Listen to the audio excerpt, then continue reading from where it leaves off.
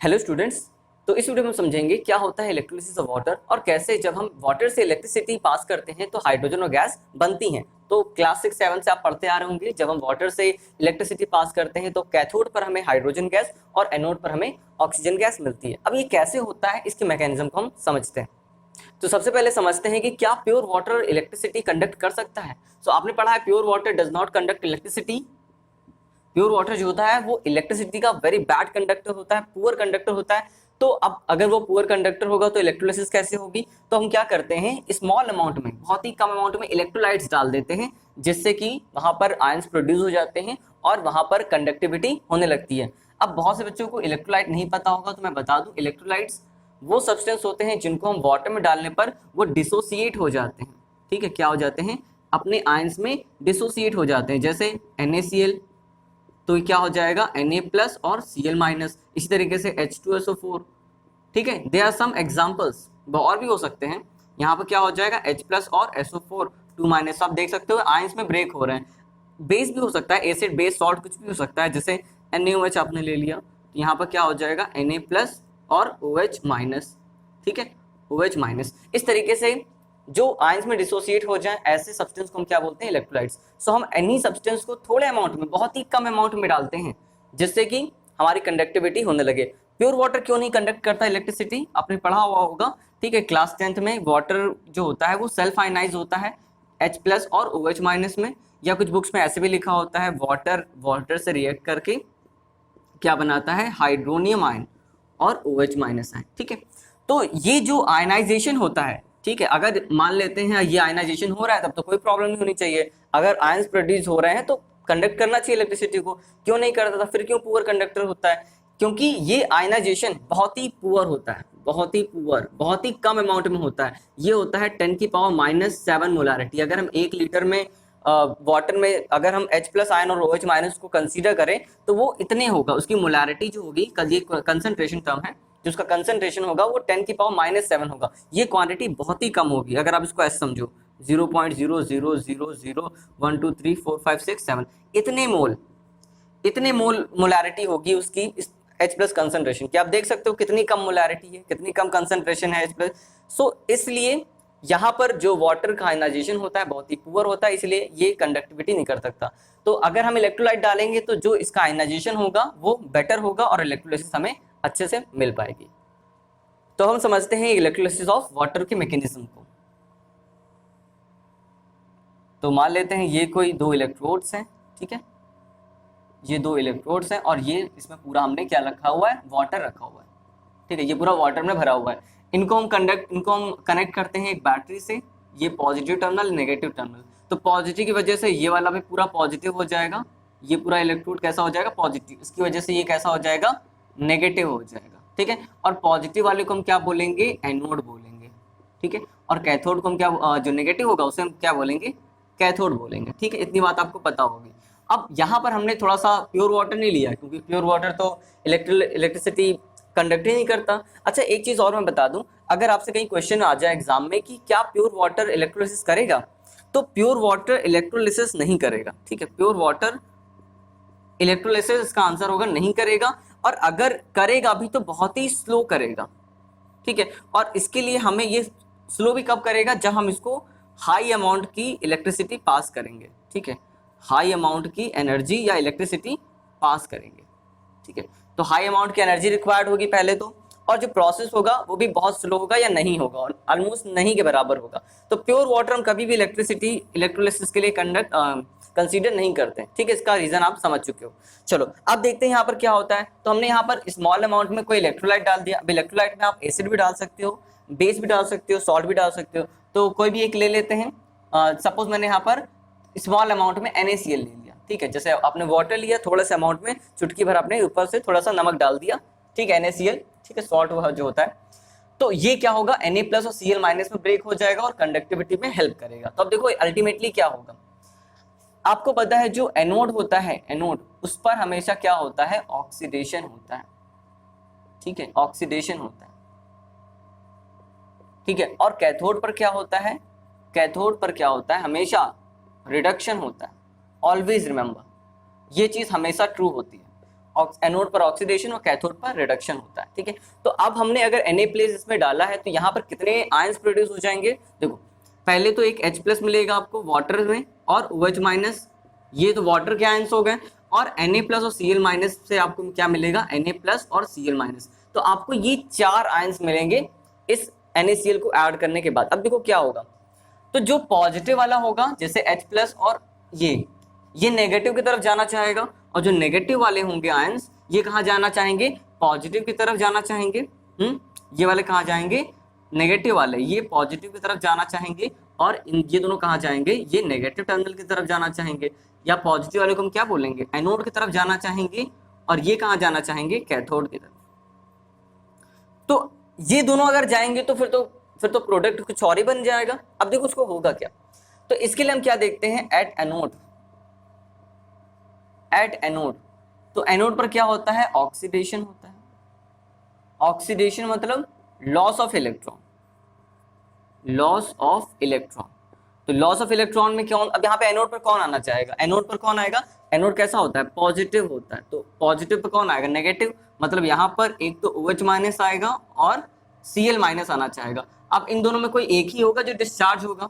ठीक है, Cl- और OH- में कोई एक ही होगा जो डिस्चार्ज होगा, मतलब अपने इलेक्ट्रॉन को लूज करेगा और ऑक्सीडाइज होगा। ठीक है, समझ में आ रही होगी बात। OH- या क्लोराइड आयन में कोई एक ही आयन होगा जो कि जाके वहां पर ऑक्सीडाइज होगा, अपने इलेक्ट्रॉन को लॉस करेगा। तो अब इसके लिए हमें क्या समझना पड़ेगा? इसके लिए हमें समझना पड़ेगा इनके ईज ऑफ ऑक्सीडेशन को। ठीक है, तो जरा इसके लिए देख लेते हैं, या ईज ऑफ डिस्चार्ज को।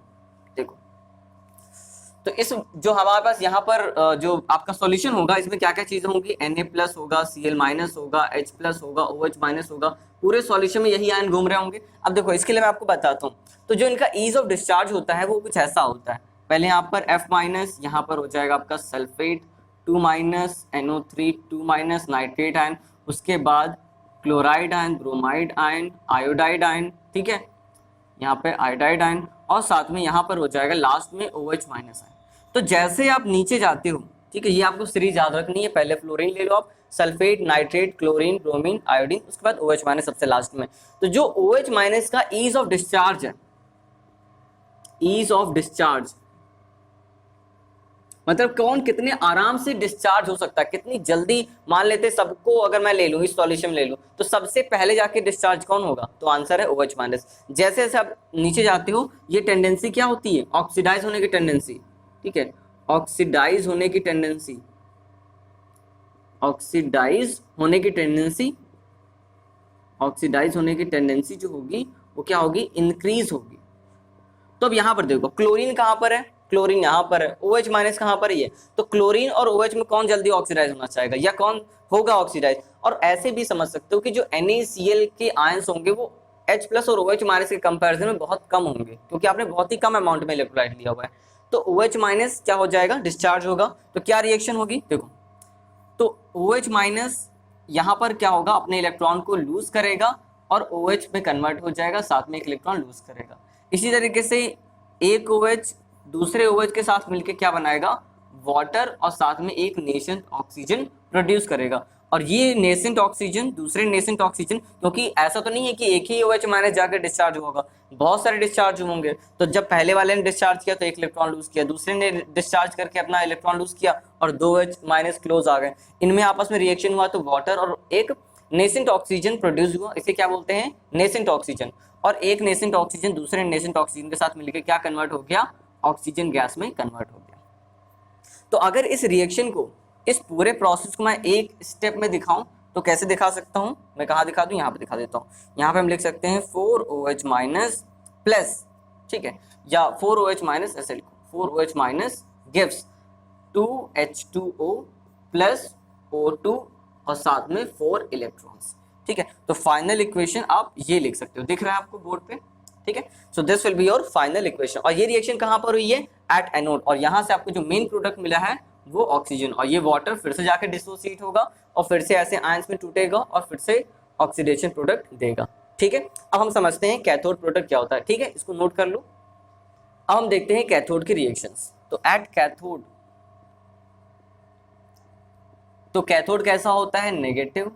ठीक है, और नेगेटिव के पास कौन आना चाहेगा, पॉजिटिव वाला, ठीक है। और कैथोड पर क्या होता है, ऑलवेज रिडक्शन, ठीक है। तो कैथोड पर कौन आएगा, नेगेटिव है तो पॉजिटिव वाले आएंगे, तो मतलब यहाँ पर H+ और साथ में कौन है आपके पास, और है यहाँ पर Na+। तो अब इन दोनों में कौन जाएगा, ठीक है, वहां पर तो OH- में ऑक्सीजन का हो गया, ठीक है, OH- जीता और ऑक्सीजन में कन्वर्ट हो गया। अब यहाँ पर देखते हैं, इसके लिए हमें कन्वर्ट फिर से एक सीरीज पढ़नी पड़ेगी, जिसे आपने क्लास 10th में पढ़ा भी होगा, इलेक्ट्रोकेमिकल सीरीज, ठीक है। तो इलेक्ट्रोकेमिकल सीरीज कैसी होती है मैं आप बता देता हूँ। लिक बासर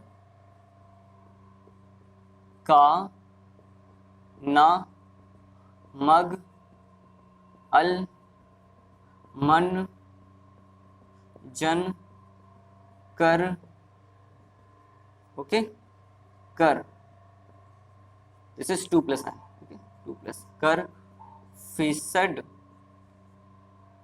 फिसड, ठीक है, को नी, ठीक है, और भी होती है, मैं यहाँ पे इसके बाद यहाँ लिख दे रहा हूँ, ठीक है, इसके आगे है कोनी SnPbH,